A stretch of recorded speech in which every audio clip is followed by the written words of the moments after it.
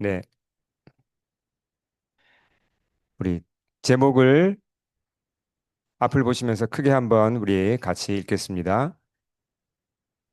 이리 가운데 어린 양 같은 제자들을 통해 전파되는 복음. 네, 오늘 사건도 역시 예수님이 십자가를 지기 위해 예루살렘으로 올라가시는 도중에 일어난 것입니다. 네, 우리가 읽은 대로 그 주님이 몇 명을 보내셨습니까? 몇 명의 제자를 보내셨죠? 70명의 제자들을 따로 세우셔서 어디로 보냈습니까? 예수님이 예루살렘으로 가시는 그 이제 여정이 있잖아요. 예수님이 가고자 하는 그 이제 길, 그걸 앞서 보내셨습니다. 둘씩 짝을 지어서 그들을 앞서 보내셨죠. 예, 단기간의 전도 여행을 보내신 겁니다. 그러면서 오늘 본문에 보시면 이제 3절 이하 16절까지 나오는 것이 이 전도 여행에 관한 지침이에요. 어떻게 이제 어떤 식으로 전도하고 어떤 식으로 마을을 다니고 또 사람들을 다루고 하는 그런 전도 지침을 주셨어요. 근데 우리가 이 말씀을 단순히 전도로만 어, 보면 좀 곤란합니다. 오늘 이 말씀에는 전도에 관한 가이드라인도 들어 있지만 어, 거기에는 하나님 나라가 무엇인가, 그 복음이 무엇인가 하는 것에 대한 아주 소중한 가르침이 들어 있습니다. 그래서 오늘과 다음 주 두 번에 걸쳐서 이 같은 본문으로 말씀을 보겠습니다. 자, 먼저 우리는 예수님이 누구를 보내셨는지 주목해야 합니다. 자, 1절을 우리 같이 읽어보겠습니다. 그 후에 주께서 따로 70인을 세우사 친히 가시려는 각 동네와 각 지역으로 둘씩 앞서 보내시며 이게 어 영어 성경에 보시면 이제 70명이 아니라 72라고도 번역이 돼 있죠. 이제 그 사본에 따라 약간씩 차이가 있습니다. 70명 또는 72명이라고 하는 데도 있고 근데 뭐 이건 큰 차이는 없는데 참고로 알아두시고요. 근데 70명 앞에 무슨 단어가 붙었습니까? 보면 other, 그러니까 어, 70 others란 말이 붙었습니다. 그러니까 따로 70인을 세웠다. 그러니까 여기에 12제자가 포함되나요? 안 되나요? 12제자는 포함되지 않습니다. 12제자 외에 70명의 제자를 따로 세웠다는 겁니다. 예수님의 제자가 대강 몇 명쯤 됐죠? 우리가 기억하면 다 모은다면 어디서 힌트를 얻을 수 있습니까? 사도행전 1장에 보면 예수님 승천하신 후에 모여서 기도한 마가 다락방에 모여서 기도한 제자들의 숫자가 대강 몇 명이었죠? 120명 됐죠. 120명. 그러니까 최소한 한 120명쯤 되는 제자 공동체였는데 그 중에 12제자가 아니라 70명을 따로 세워서 그들을 앞서 보내셨어요. 자, 그러면 이제 여기서 우리가 좀 생각해 볼 필요가 있습니다. 12제자는 뭐고 70인 제자는 뭔가? 어, 12제자에 비해서 70인 제자는 어떤 차이가 있을까요? 똑같은 제자죠. 근데 누가 먼저 부름을 받았을까요? 12제자가 먼저 부름 받았을 겁니다. 거의 틀림없이. 누가 예수님 곁에서 더 가까이 있으면서 더 많이 배웠을까요? 12제자가 더 많이 배웠겠죠. 70인의 제자는 12제자에 비해서는 좀 아직은 좀 어리다고 할 수 있습니다. 아직 조금 이제 후배들이고 덜 배운 사람들이죠. 예. 신앙 경력이 짧을 텐데도 불구하고 예수님이 이 70명을 파송하시는 거예요. 가서 뭐 하라 그랬죠? 하나님 나라를 전하라 그랬습니다. 복음을 전하라 그랬습니다. 예수님이 이제 가실 길에 앞서가서 복음을 전하라고 그랬습니다. 자, 여기서 우리가 전도에 관하여 한 가지 사실을 확인할 수가 있습니다.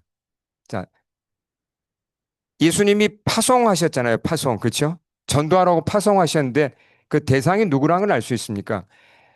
음,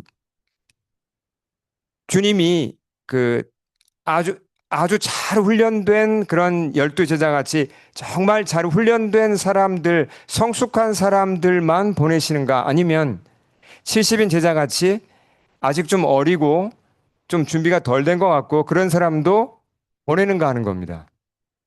어느 쪽이죠? 답은 분명합니다. 예. 아직 좀 어린 것 같고 준비가 안 된 것 같은데도 이 사람들을 파송하신다는 겁니다. 그러니까 전도라는 것은 이제 우리가 제가 이 말씀을 들을 때마다 이제 우리 이제 부담을 느끼기 쉽지만 성경이 가르치는 바니까 우리 잘 들어보겠습니다. 전도란 것은 우리가 성숙한 신자들만 하는 게 아니라 내가 크리스찬이라면, 본어게인 크리스찬이라면 주님이 내게 하라고 하시는 겁니다. 전도하라고 하시는 겁니다. 근데 이걸 우리가 부담을 느끼기 이전에 좀 더 깊이 왜 그럴까? 왜 아직 어린 사람들한테 전도하라고 하실까? 이걸 생각하고 말씀에서 그 답을 찾아야 합니다. 어, 주님도 이 70명이 어리다는 걸 아실까요? 이 사람들이 아직 좀 준비가 덜 됐고 좀 어리고 약하다는 걸 아실까요? 그 증거가 어디 있습니까? 주님 뭐라고 그러셨죠? 자, 3절을 읽겠습니다. 갈지어다. 내가 너희를 보냄이 어린 양을 이리 가운데로 보냄과 같도다. 어, 세상이 험합니다. 그때나 지금이나 세상은 험합니다. 어, 자, 예수님에게 아주 험하게, 거칠게 도전한 사람들이 어떤 사람들이죠? 바리새인들, 서기관들, 그러니까 유대교 지도자들이 예수님을 어떤 식으로 다루었습니까? 공격했죠. 시험에 빠뜨리고자 덫에 빠뜨리고자 막 신학적인 질문들을 했습니다. 뭐 부활이 뭐 없다고 막 주장하기도 하고 그렇죠? 제일 큰 계명이 무엇이냐 막 이렇게 하기도 하고 이 여자를 돌로 쳐야 되냐 말아야 되냐 굉장히 막 이런 신학적으로 공격을 했습니다. 그리고 안식일에 왜 당신이 병을 고치냐고 당신 이거 제대로 하는 거 맞냐고 하면서 굉장히 여러 가지로 신학적인 그런 공격을 했어요. 그럼 제자들이 나가서 70인의 제자들이 나가서 복음을 전하면 이 유대교 바리새인들 이런 사람들이 공격을 안 할까요? 당연히 하겠죠. 더 만만하게 보고 공격을 할 겁니다. 예. 주님이 뭐라고 그러셨습니까? 누가 늑대고 누가 여기서 어린 양입니까? 70인의 제자들을 어린 양에 비유하셨고 세상에 득실거리는 이 악한 세력들을 늑대로 비유하셨어요. 그렇잖아요.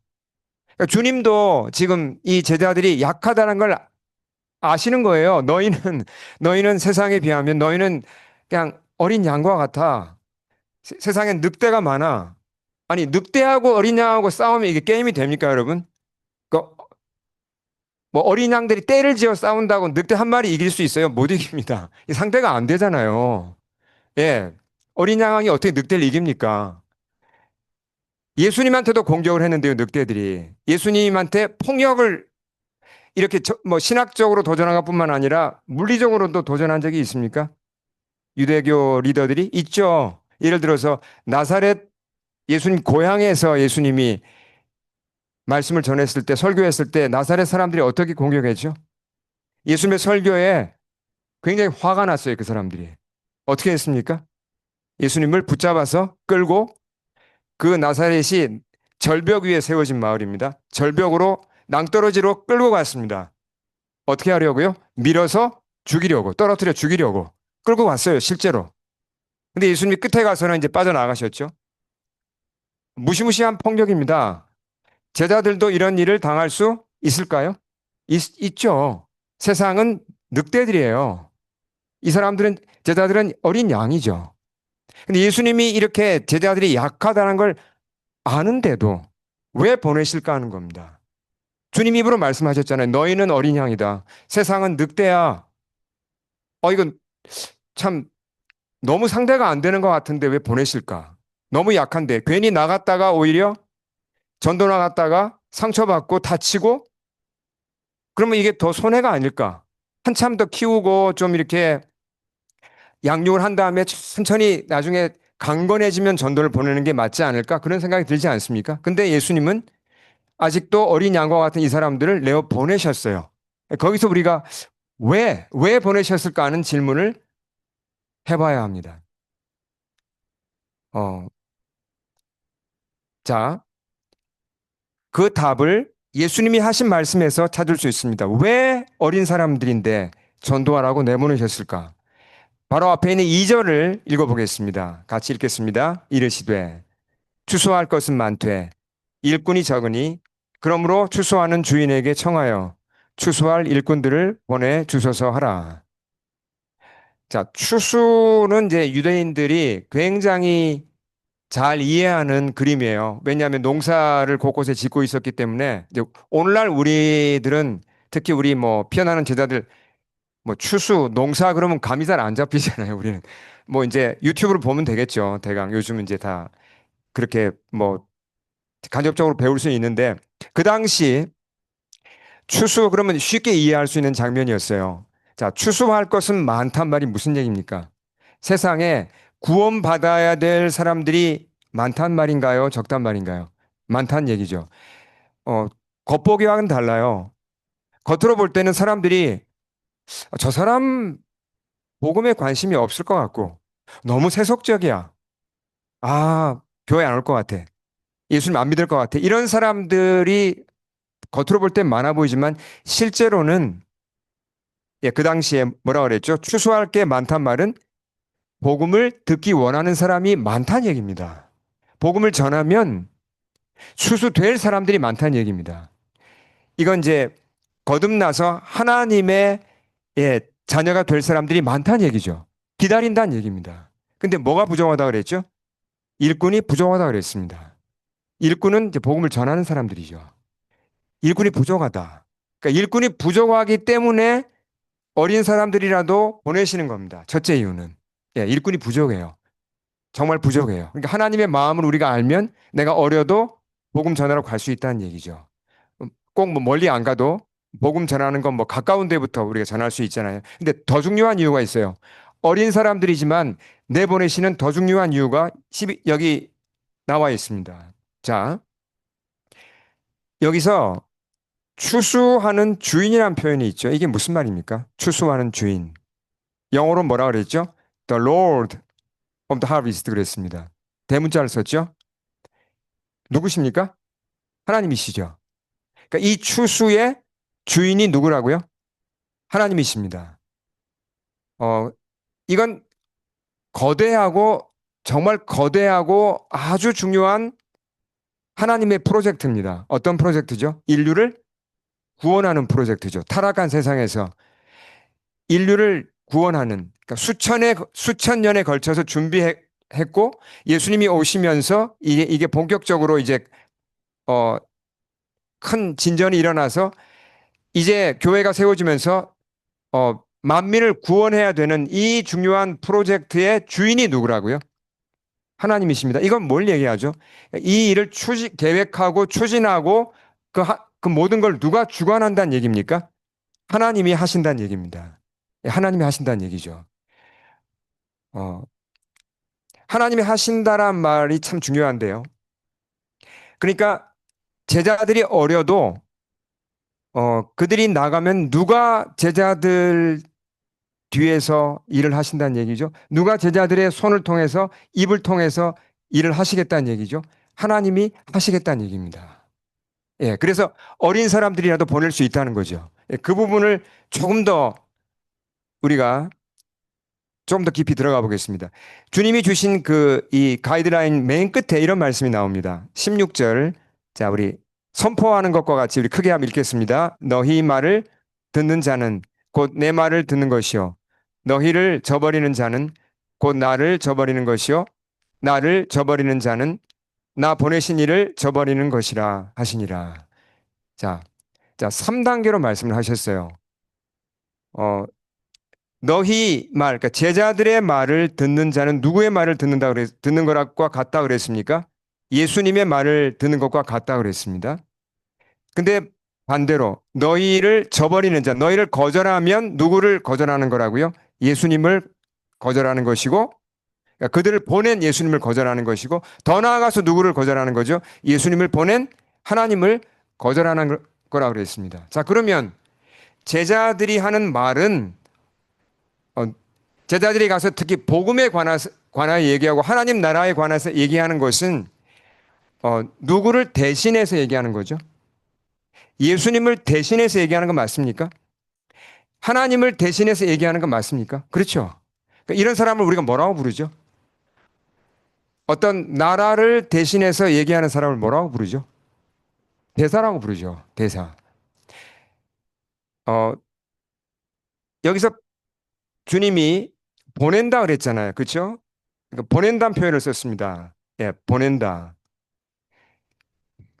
주님이 제자들을 보낸다 그랬습니다.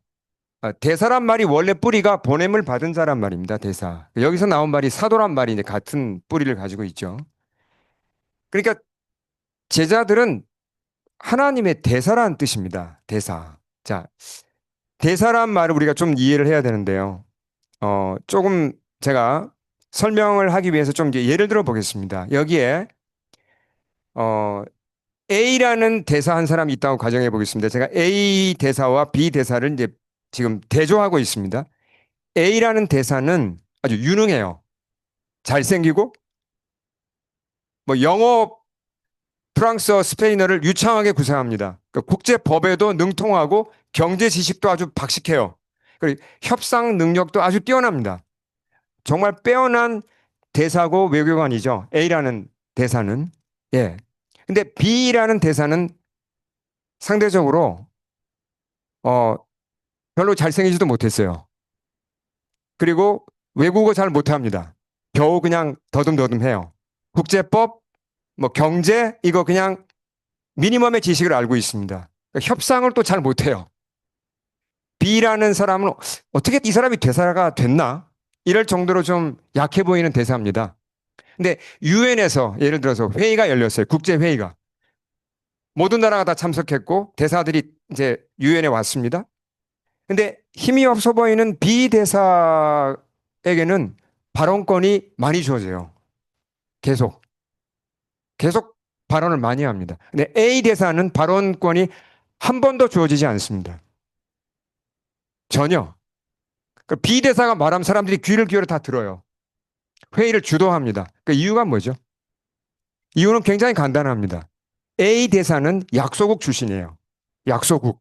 이름도 잘 모르는 정말 뭐 어디 그 나라가 어디 있지? 이런 작은 약소국 출신의 대사고 B 대사는 세계 최강국 출신이에요. 뭐 미국과 같은 예를 들면 말이 됩니까?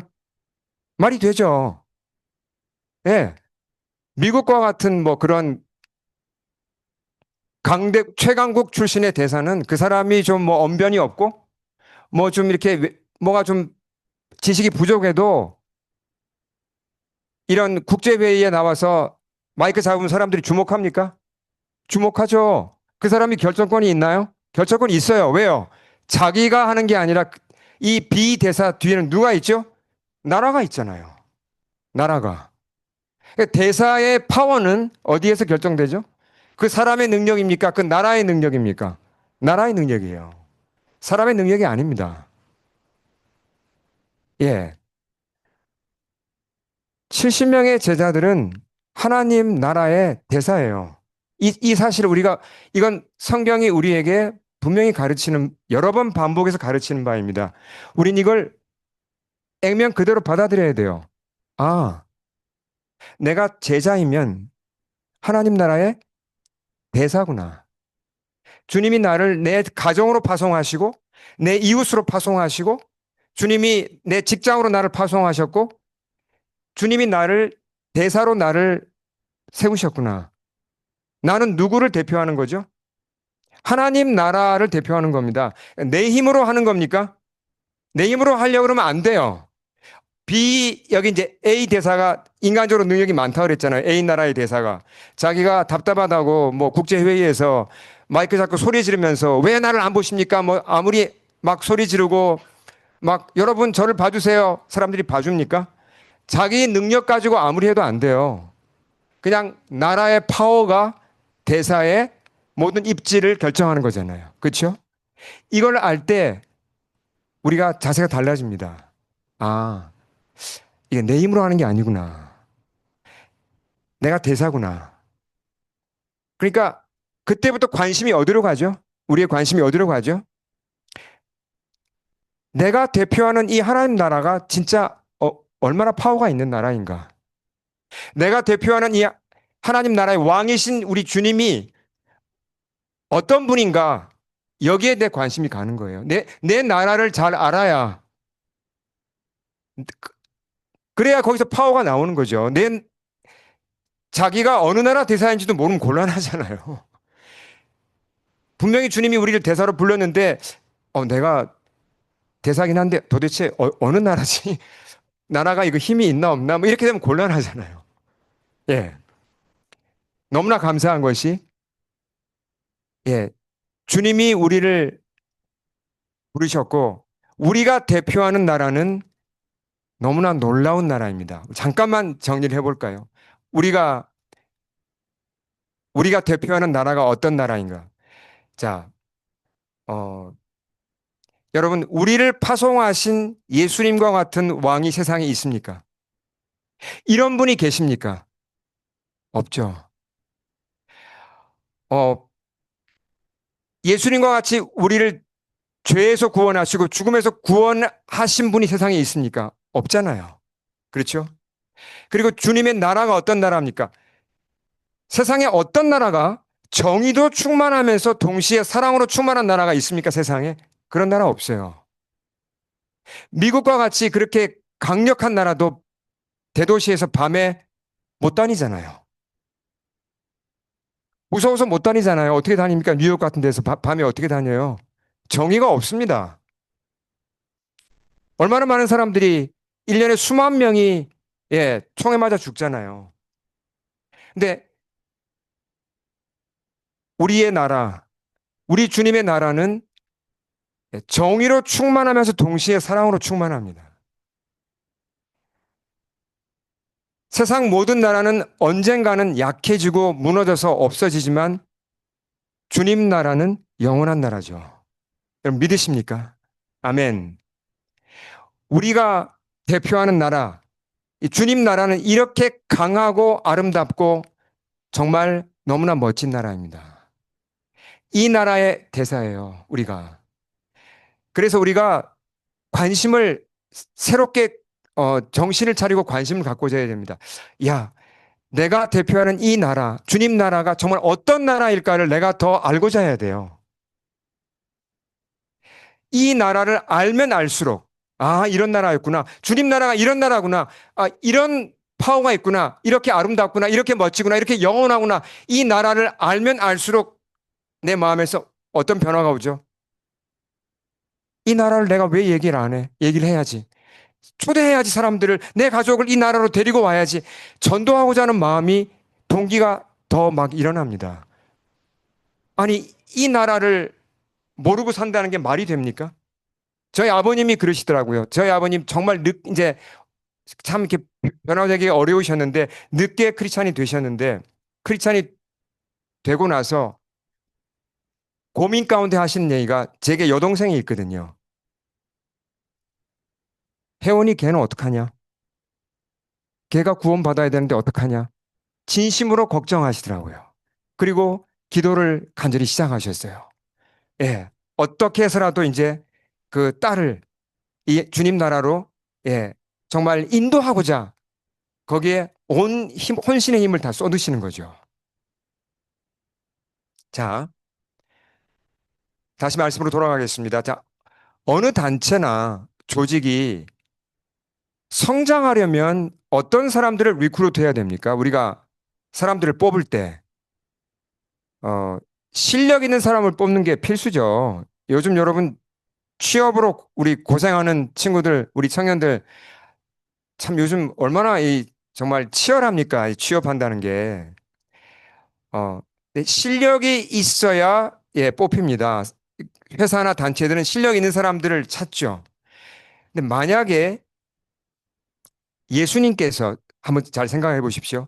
예수님께서 그냥 인간에 불과했다면, 인간, 하나님의 아들이 아니라 인간에 불과했다면, 그래 자기 종교를 키우고, 자기 세력을 키우고, 자기 추종자들을 키우는 데만 관심이 있었다면 어떤 제자들을 뽑았을까요? 학교 다니지도 못한 어부들 뽑았을까요? 수제자라고 하는 사람들은 다 어부였습니다. 예, 학교를 다녀본 적이 없는 사람들이에요. 그런 사람 안 뽑죠? 내 조직을, 내 단체를, 내 회사를 키우려면 예루살렘에 가서 제대로 배운 바리새인들, 서기관들 이런 사람 뽑아야죠. 그렇지 않습니까?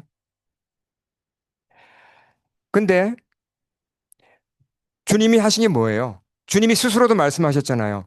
어린 양과 같이 약하고, 예, 뭐 실력도 좀 약하고 이래저래 그냥 한마디로 어린 양이에요. 약해요. 그런 사람들을 뽑으셔가지고 그런 사람들을 지금 파송해서 뭔가 지금 큰 프로젝트를 하려고 그러는 거예요. 이게 말이 안 되는 얘기잖아요. 뭐 하겠습니까? 이래가지고. 이렇게 어린 양과 같은 사람들 데리고 그 로마 제국에서 뭘 하겠습니까? 예수님이 그냥 인간에 불과했다면요. 예수님이 뽑은 제자들 그 뭐 어부와 같이 배우지 못한 사람들, 실력도 없는 사람들, 어린 양과 같은 사람들 데리고 잠시 반짝했다가 대번에 늑대한테 다 박살나가지고 흩어지고 끝났습니다. 벌써. 로마 제국에 삼킴을 당하고 끝났습니다. 예수 운동은. 근데 실제로는 어떻게 됐죠? 놀랍게도, 예, 참 신기한 일이 일어났어요. 역사를 보면요. 예수님이 데리고 이렇게 키우고 하신 그 어린 양과 같은 사람들이 약해 보이고 정말 힘도 없는 그 사람들이 결국은 로마를 이깁니다. 어떻게 이런 일이 일어나죠? 2000년 역사를 보면요. 교회사와 세계 역사를 보면요. 예수님이 키우신 이 어린 양과 같은 힘없는 사람들이 늑대와 같이 강력한 사람들을 이긴 게 인류 역사예요, 여러분. 그걸 보셔야 됩니다. 자, 근데 주님이 강조하신 게 한 가지 있어요. 연약해도 좋다. 학문이 없어도 좋다. 많이 배우지 못해도 좋다. 근데 이것만 있어야 된다라고 하신 게 있어요. 그게 뭐죠? 주님이 강조하신 게, 자, 어, 말씀을 좀 3절을 다시 한번 읽겠습니다. 네, 죄송합니다. 3절을 네, 읽겠습니다. 시작. 갈지어다 내가 너희를 보냄이 어린 양을 이리 가운데 보낸과 같도다. 자, 주님이 제자들한테 요구하신 건 뭐죠? 이 말씀에서 답을 찾을 수 있습니다. 실력이 없어도 좋지만 주님이 뭘 요구하셨죠? 갈지어다 명령하셨어요. 갈지어다. 갈지어다. 이건 계속적인 명령을 뜻하는데 가라 그랬습니다. 뭘 가지고요? 복음을 가지고 가라. 자, 가려면 뭐가 필요하죠? 믿어야 갑니다. 그렇잖아요. 주님을 믿어야 가죠. 주님을 신뢰해야죠. 그러니까 주님이 요구하신 것은 두 가지예요. 나를 믿어라. 그리고 내 말에 순종하라는 겁니다. 그러니까 믿고 순종하라는 거예요. 너희가 실력이 없어도 좋지만 나를 믿고 순종해라. 예. 어린 양과 같이 약해도 너희가 믿고 순종하는 걸 배우고 그렇게 하다 보면 믿음과 순종이 아직 뭐 크지 않아도 괜찮아요. 그렇지만 이 믿음과 순종, 예, 제가 파워포인트 순서가 조금 잘못됐습니다. 그럼 주님이 요구하신 게 믿음과 순종인데 이것도 뭐 이렇게 큰 믿음과 큰 순종이 필요 없습니다. 작은 믿음과 작은 순종만 있어도 괜찮다는 거죠. 자, 그러면요. 다시 한번 정리를 해보죠.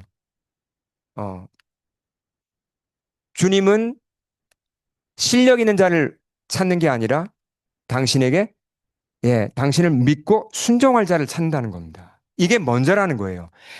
실력도 필요합니다. 그러나 그것은 예, 차선이에요. 먼저 믿고 순종해야죠.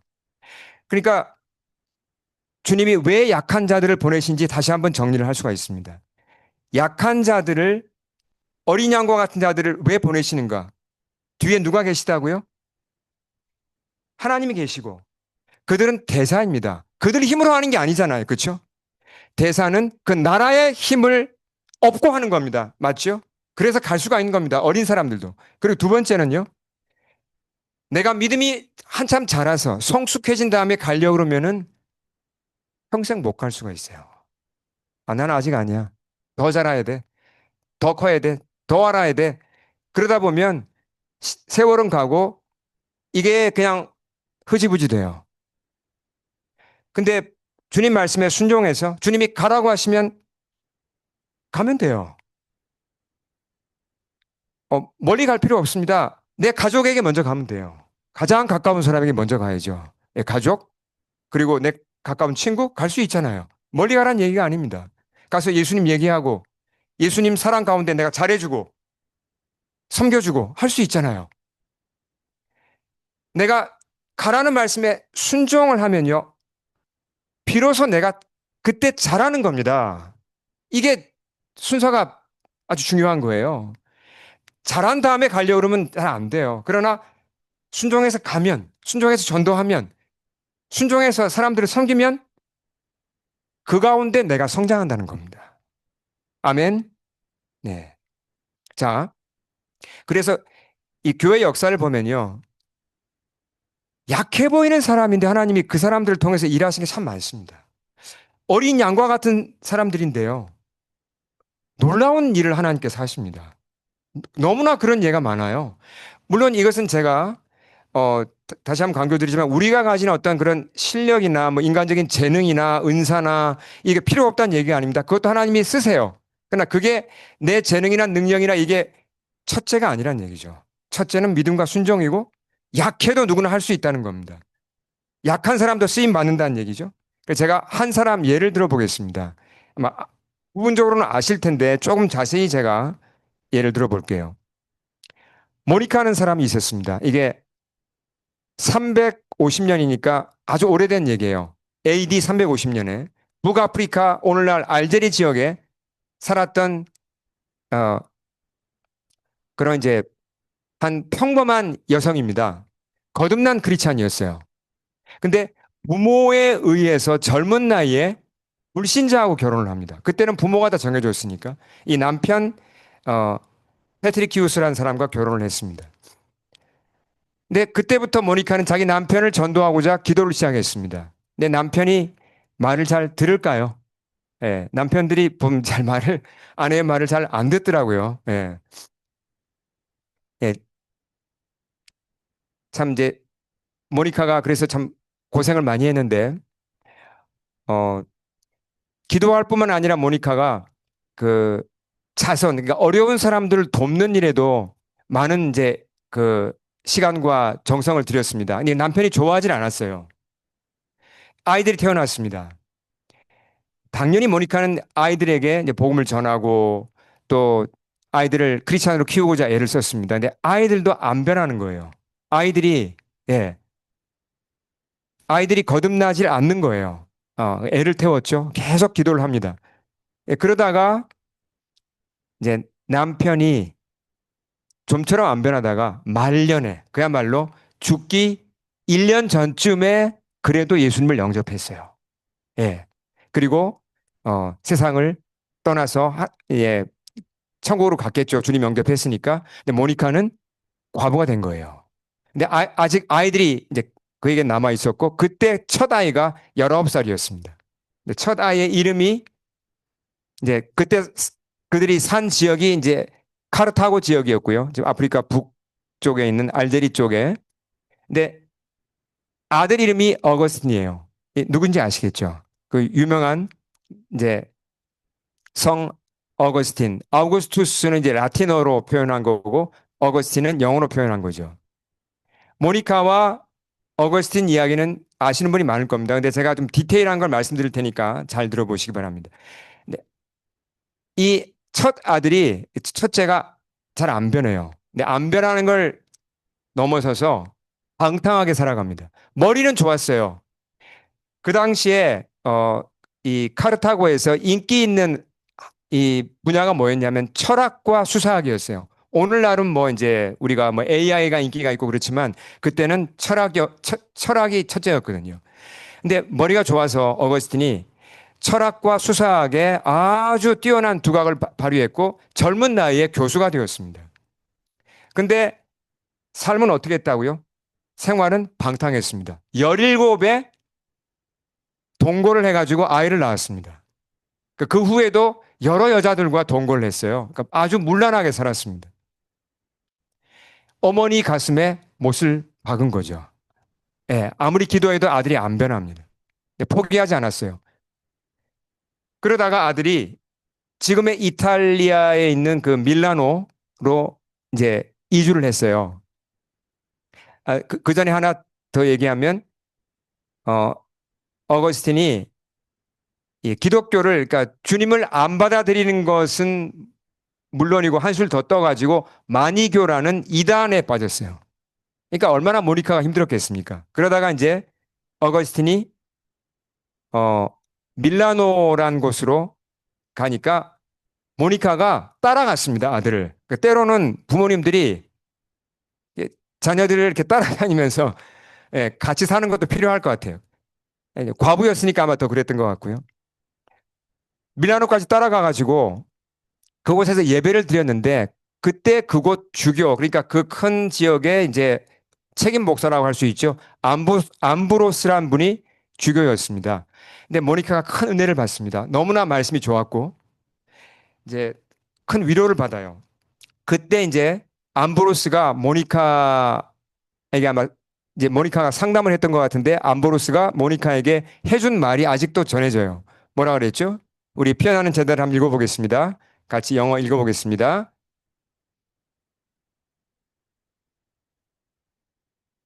무슨 얘기입니까? 예, 번역하자면 많은 눈물의 아들. 그러니까 어머니가 눈물로 기도한 아들은 결코 망하지 않을 거다라는 말을 해주죠. 그래서 이때부터 이제 모니카는 뭘 궁리하냐면 어떻게 하면 우리 아들이 이 암브로스 목사님의 설교를 듣게 할 수 있을까? 그걸 거기에 집중한 거예요. 내 아들을 끌어다가 이 교회에서 암브로스 목사님 말씀을 듣게 하면 얘가 변화될 것 같거든요. 그래서 계속 그렇게 애를 씁니다. 이렇게 다리를 놓아줬기 때문에 이제 어거스틴이 가서 설교를 들어요. 암브로스의 설교를 듣고 영향을 받습니다. 마음이 열리기 시작해요.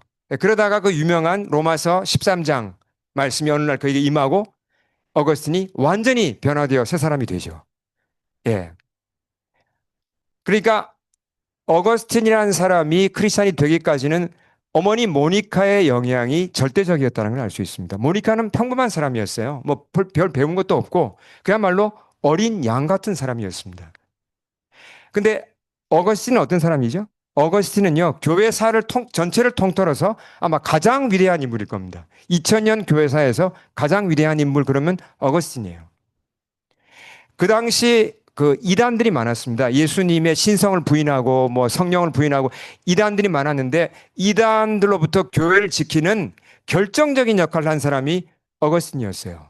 그리고 그가 나중에 이제 그 크리스찬이 된 다음에 주옥 같은 책들을 많이 씁니다. 그가 히포에서 주교가 되었기 때문에 이제 히포의 어거스틴으로 알려져 있죠. 그가 쓴 뭐 수많은 책들이 있지만 그 중에서 그 유명한 고백록 하나님의 도성. 아직도 벌써 이게 언제적 얘기입니까? 뭐 거의 뭐 1600, 1700년 전에 쓰여진 책인데 아직도 이 책을 읽으면서 사람들이 거듭나고 있어요. 지난 1600년 그 기간 동안 정말 어마어마하게 많은 사람들이 이 어거스틴을 통해서 그의 책을 통해서 주님께로 돌아왔습니다. 근데 이 위대한 어거스틴 뒤에 누가 있었다고요? 어린 양과 같이 힘없고 세상에서는 별 볼 일 없어 보였던 모니카가 있었습니다. 하나님께는 누가 더 위대할까요? 아무런 차이가 없습니다. 우리가 이 점을 분명히 봐야 돼요. 뭐 어거스틴과 같은 사람은 진짜 드물게 나오는 사람, 이 사람은 특출한 사람이죠. 그러나 모니카와 같은 일은 누구나 할 수 있는 겁니다. 아무리 약한 사람도 할 수 있잖아요. 가까운 내 가족에게 복음 전할 수 있잖아요. 근데 그 일이 얼마나 귀중한가, 얼마나 그 영향이 큰지 우리는 모니카의 예를 보면 알 수 있습니다. 예. 말씀을 다시 읽고 우리 마치겠습니다. 같이 읽겠습니다. 3절 시작. 갈지어다. 내가 너희를 보냄이 어린 양을 이리 가운데로 보냄과 같도다. 우리가 인간적인 실력이 부족하더라도 그래서 세상에서 어린 양 취급을 받더라도 낙심할 필요가 없습니다. 주님 나라에서는 뭐만 있으면 충분하다고요? 예, 믿음과 순종이면 충분합니다. 작은 믿음과 겨자씨만한 믿음과 순종이면 충분합니다. 우리가 어, 영적인 실력을 갖고 영적인 실력을 이렇게 갈고 닦은 후에 그때 전도하고자 하면 긴 세월이 지나도 전도에 도전하지 못해요. 반면에 우리가 아직 어리더라도 가라고 하시는 말씀에 순종해서 전도하기 시작할 때, 예, 그 과정을 통해서 우리는 성장하게 됩니다. 우리 함께 기도하겠습니다. 선포된 말씀 앞에 엎드리겠습니다.